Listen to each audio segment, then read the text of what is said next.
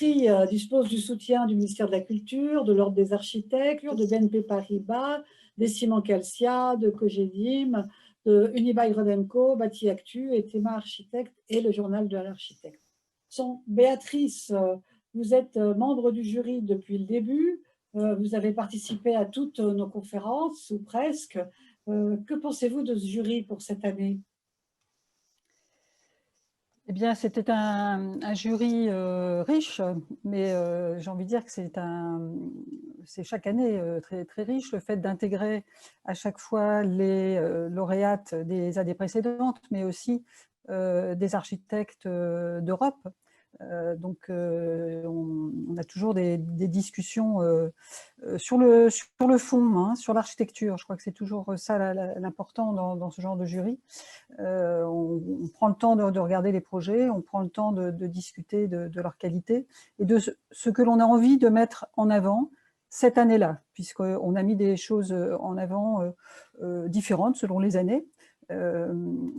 Donc cette année, je pense qu'il y a... Enfin, c'est intéressant puisqu'il y avait des tendances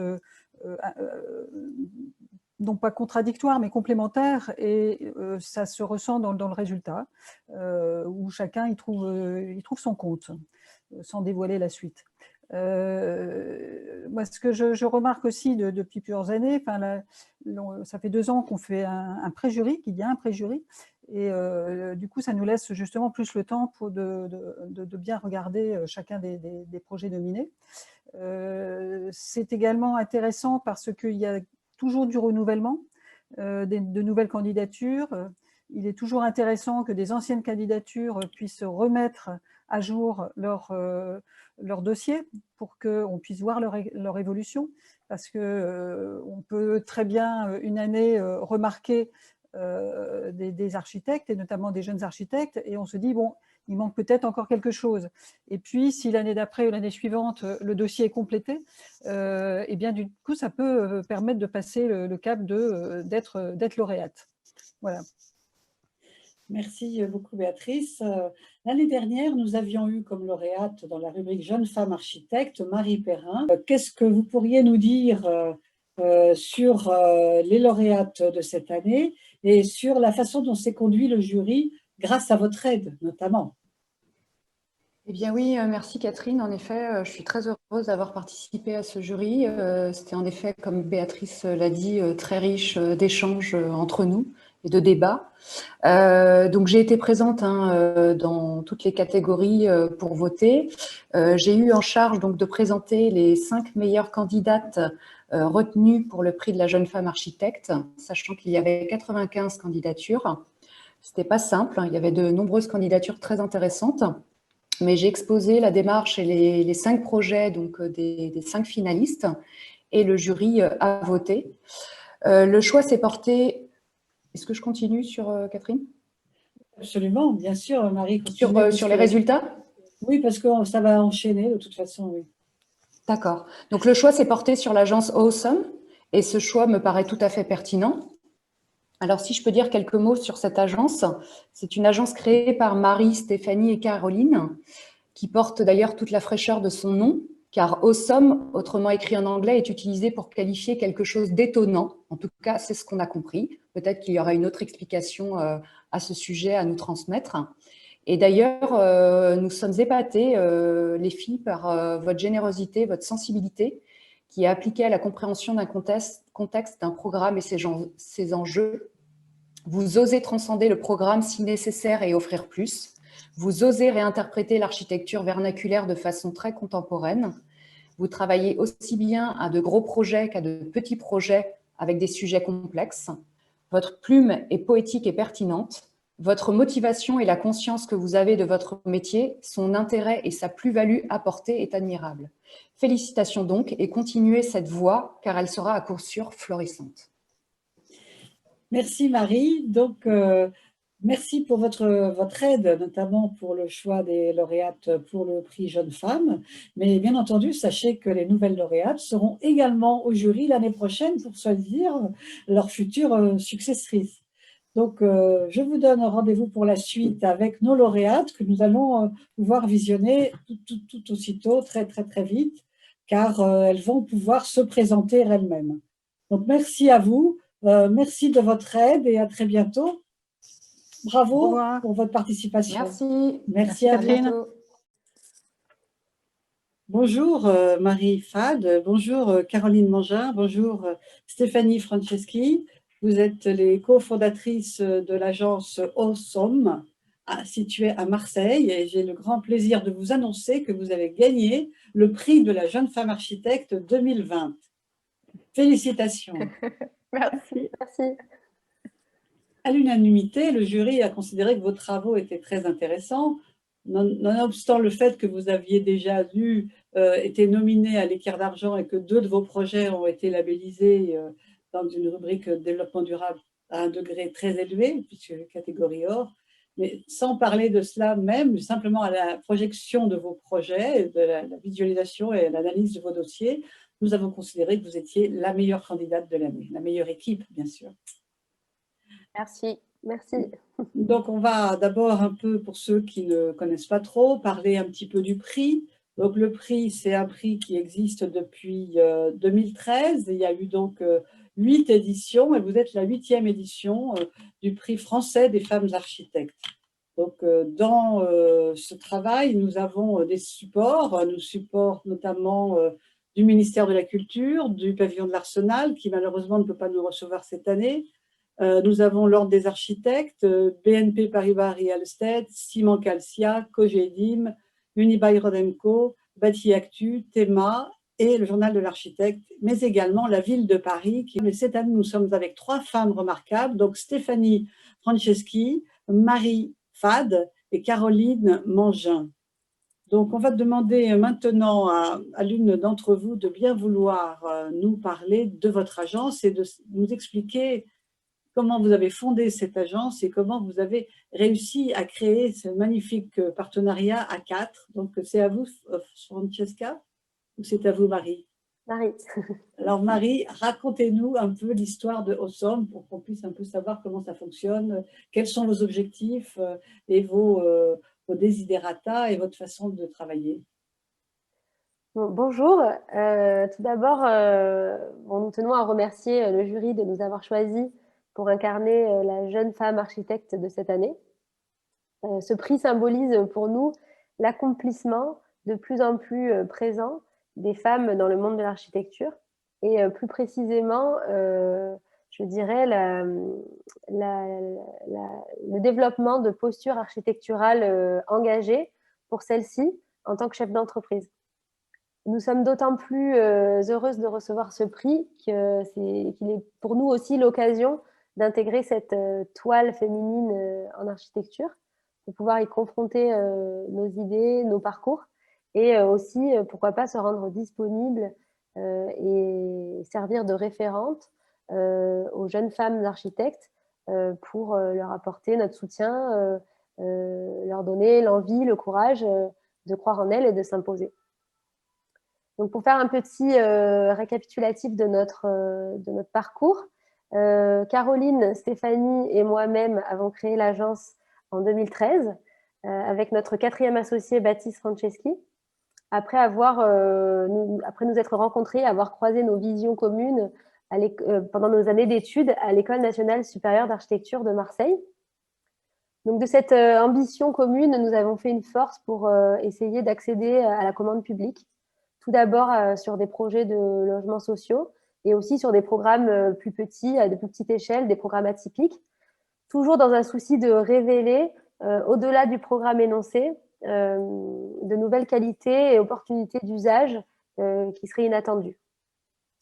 Aujourd'hui, l'agence continue de se développer sur des programmes de plus en plus variés comme les équipements scolaires et aussi sur des projets de plus grande échelle, mais sans jamais perdre en toile de fond notre attention à la construction durable, à la mise en œuvre de matériaux bruts et contextualisés, et aussi surtout notre attachement au confort d'usage.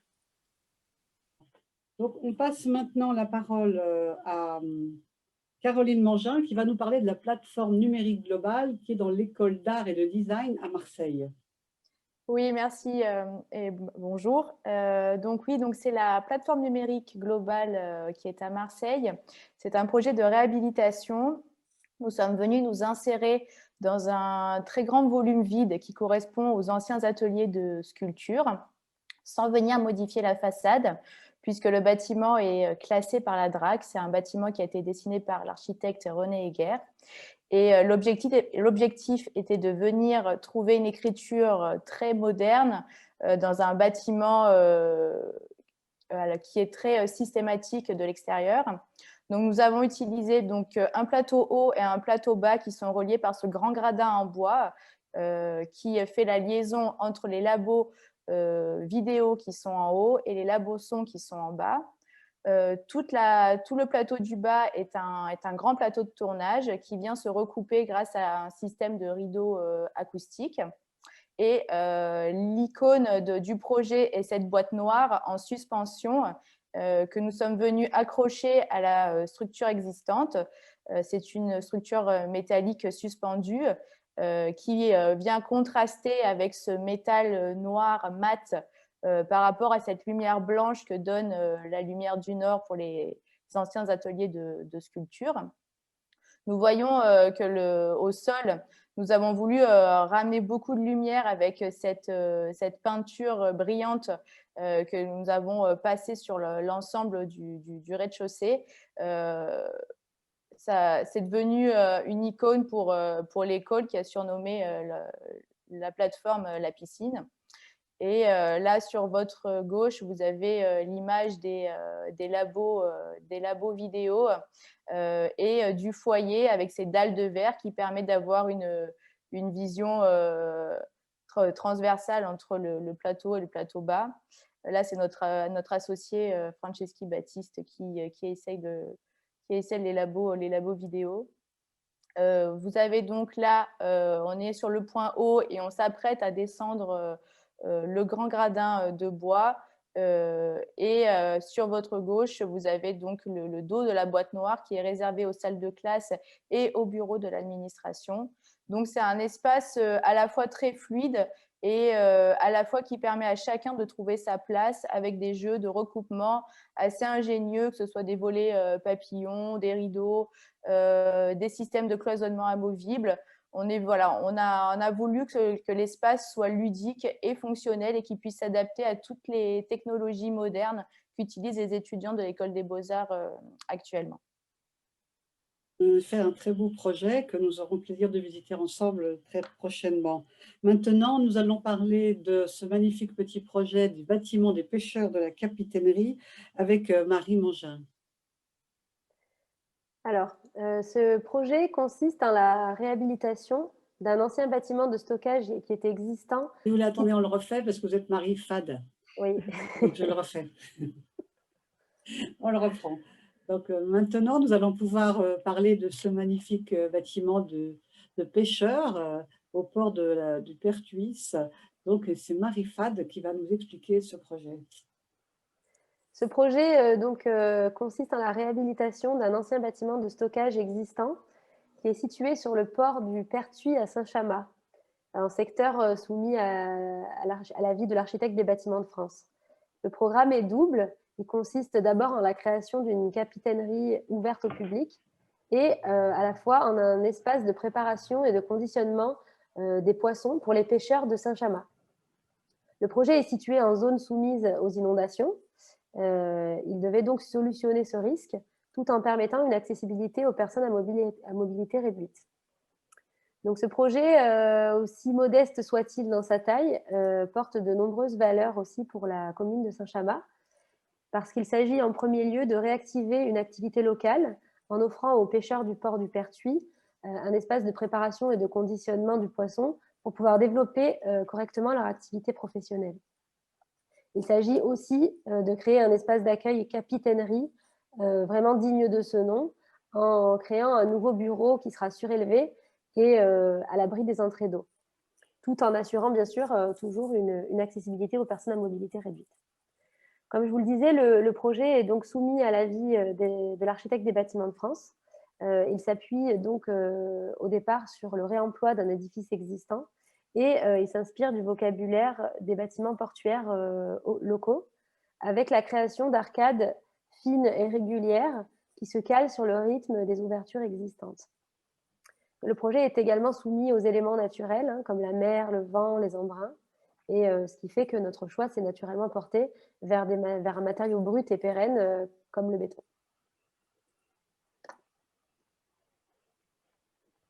On a apprécié l'échelle petite, mais en même temps le projet sobre et l'utilisation des matériaux bruts dans le cadre d'une très belle réhabilitation-extension. Maintenant, nous allons parler de vos logements à la Durane, les logements sociaux, et c'est donc Caroline Mangin qui va nous parler de ce projet. Alors ça, c'est le premier grand projet de l'agence qui a été livré en 2018 et qui a eu la chance d'être nominé au prix de l'écart d'argent dans la catégorie logement. C'est un projet qui a été un vrai dialogue entre nous et le maître d'ouvrage, qui avait une ambition très affirmée de faire un bâtiment à la fois durable, avec une labellisation bâtiment durable or, et de mettre vraiment en avant la convivialité au cœur d'un programme de logements sociaux. On est sur quand même un projet à grande échelle puisqu'on a 95 logements. Donc, on a travaillé voilà, sur des espaces d'entre-deux, que ce soit en cœur d'îlot ou, ou pour les espaces de déambulation, on va dire, qui sont situés entre les bâtiments, pour créer ces interfaces où les gens peuvent se rencontrer et vivre ensemble. Donc, on va retrouver des solariums, des toitures partagées, des potagers, des ruches aux derniers étages, une bibliothèque commune, des ateliers vélo, une salle commune. Et 2 ans après, ce sont des lieux qui vivent très bien, qui sont vraiment utilisés au quotidien par les habitants, encore plus en confinement. Et sans oublier donc toute la valeur urbaine qu'a ce projet, parce qu'on est dans une ZAC, avant qu'on y arrive, c'était considéré comme une cité dortoir, et on a voulu avoir un travail vraiment sur l'écriture à l'échelle du quartier, avec cette maille systématique qui est très visible depuis la gare TGV qui est située à proximité. Et au fur et à mesure qu'on rentre, qu'on va du plus privé au plus public, voilà, les échelles se succèdent et le bâtiment accompagne vraiment le piéton depuis la rue jusqu'à la cellule intime du logement, avec ce travail voilà, des toiles qui permettent de faire des jeux d'ombre chinoise, le jeu des brises-soleil aux derniers étages. Tout ça pour valoriser à la fois un patrimoine contextuel et vraiment travailler sur la convivialité et la qualité du logement aujourd'hui.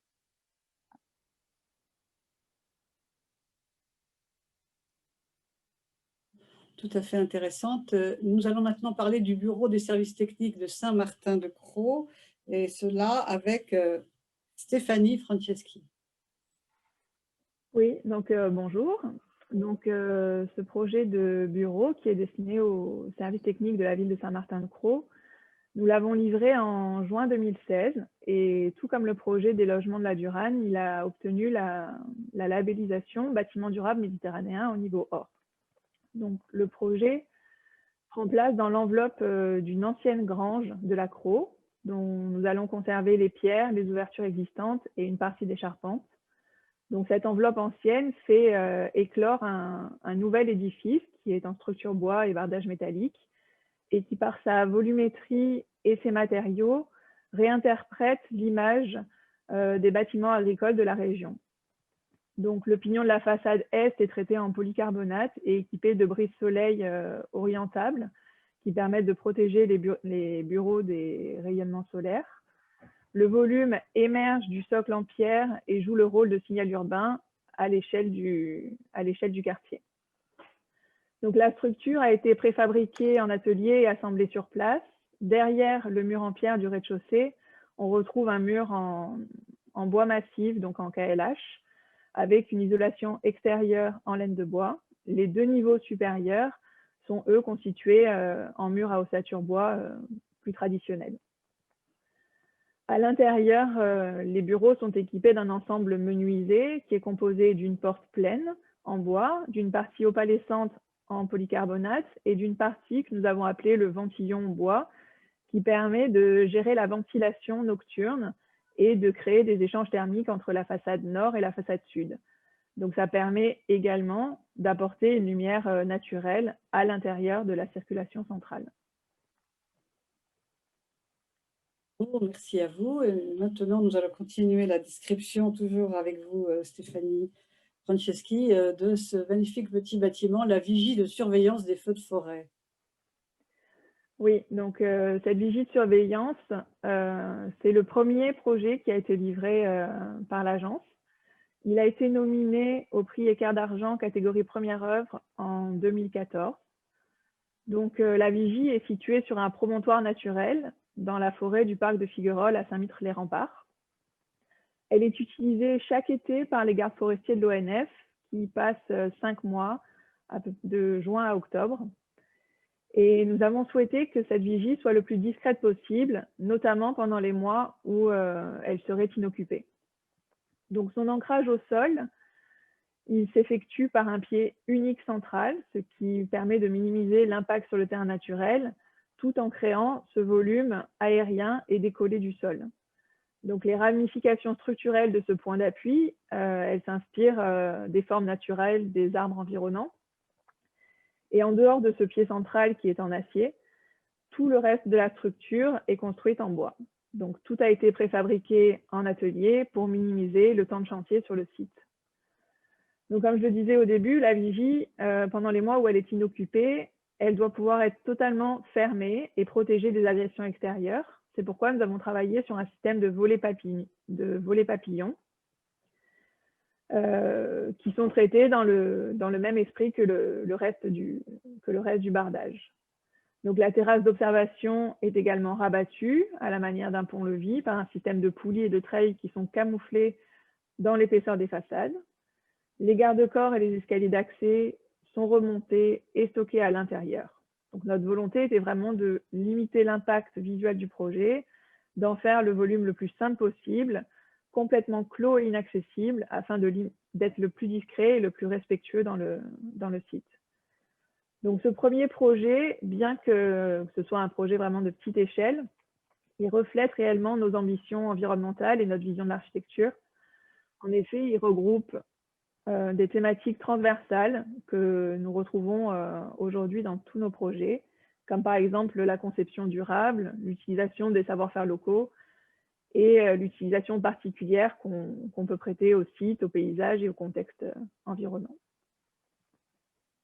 Bien, écoutez, merci beaucoup, mesdames, pour votre magnifique architecture et pour votre engagement dans le développement durable, notamment. Vous êtes dans une région formidable avec un potentiel énorme. Et donc, je vous souhaite vraiment de réussir et de poursuivre avec succès votre œuvre et de, pourquoi pas, devenir des femmes architectes primées encore plus dans les années futures. Des prix sont possibles, par exemple en Angleterre, par exemple le prix Scare, un peu plus tard, bien sûr, attendez un petit peu. Mais, donc, toutes mes chances de réussite pour vous. Et puis, n'hésitez pas à contacter les anciennes lauréates et à venir nous voir. Donc, tout de suite, là, maintenant, donc, on va avoir notre amie Marie, c'est ça? Marie Fad va venir nous rejoindre pour recevoir directement le prix et rencontrer les lauréates de cette année. Bravo à vous, félicitations et à très bientôt tout de suite pour la remise du prix.